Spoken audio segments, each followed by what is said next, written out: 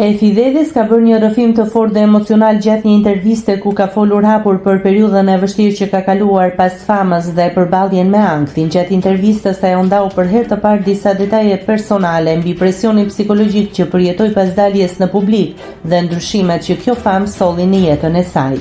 Gjatë kësaj bisede të gjatë, Efi tregoi se momentet e vështira nuk kanë munguar. Ajo pranon se fama e menjëhershme dhe vëmendja e madhe nga publiku mund të jenë shumë të vështira për tu menaxhuar, sidomos kur je i ri dhe papritur, gjendesh në qendër të kritikave dhe komenteve në rrjetet sociale. Në rrëfimin e saj ajo flet edhe për ankthin dhe nevojën për ndihmë profesionale, duke treguar se ka kërkuar mbështetje nga psikolog për të përballuar periudhën e vështirë. Sipas saj, kjo eksperiencë ka bërë më të fortë dhe më të ndërgjegjshme për rëndësinë e shëndetit mendor. Efi thekson se sot e sheh jetën ndryshe dhe përpiqet të ruajë ekuilibrin mes jetës private dhe asaj publike.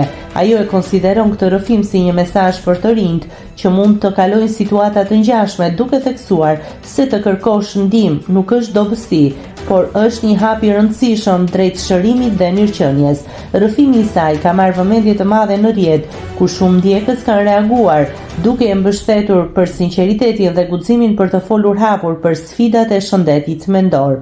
Në fund të intervistës, Efi thekson se pavarësisht vështirësive, ajo vazhdon të besojë te vetja dhe te mundësia për të ndërtuar një jetë më të qetë dhe më të balancuar.